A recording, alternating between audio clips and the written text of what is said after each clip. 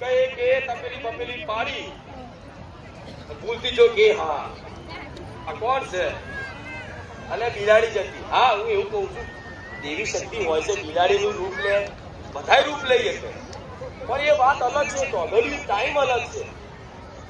આ બધું પહેલા બનતું હતું અને અત્યારે બને છે એવું નહીં, પણ એ ચોઘડિયા સમય અલગ છે.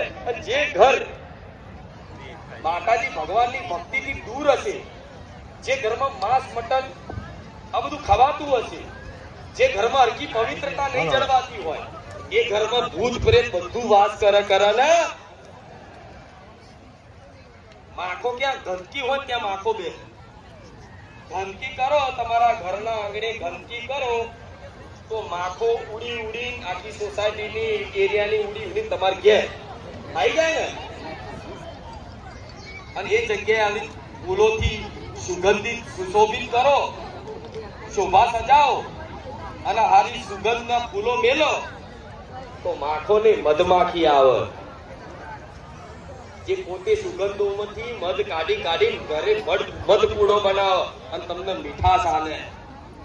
તો સુગંધ આવી રીતે આવી પવિત્રતા રાખશો, માંસ મટન ઘરમાં નહીં ખાવ ને તો મારા જેવી મધમાખી આવશે, જે ખાલી ફૂલો પર જ દે. આ શું ખોટું?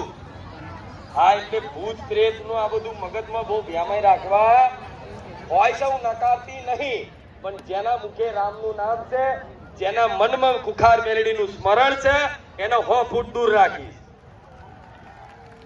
બરાબર ને? અમુક તો બાઇક લઈને જતા હોય, ભૂલથી બિલાડી આડી આવી પતી ગયું, ઉભો થઈ જાય તો નીકળ્યો, બિલાડી આવી છે 5 મિનિટ ઉભારો કેવો, એને ઘરવાળો ના પડે એવું ના હોય તો એની બાઈક ઉભારો ને ગડી તો નાહી જાય છે, ઉભારો પાછા ઉભા રહેશે આમ 5 મિનિટ જવા દે. અલે બિલાડી બતારીને એના નીકળવું તમારા આવું એનો સહયોગ બન્યો, એમાં બિલાડીનો શું દોષ? આ શું ખોટું? જો બિલાડી બચારી બુદ્ધિ હોય તો એ બિલાડી એવું કે આ માણસો મારે શું કેવું, હું તો મારા રસ્તે જતી હતી, તમને હું લડું છું.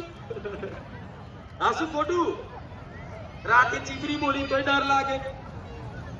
આ બધી તો એક જાતની માન્યતાઓ જ છે. હું એવું કહું છું કે બધા વેમ કાઢ નાખો. જેટલું વેમ જીવનમાં હશે એટલા દુઃખી થશું. આ શું ખોટું?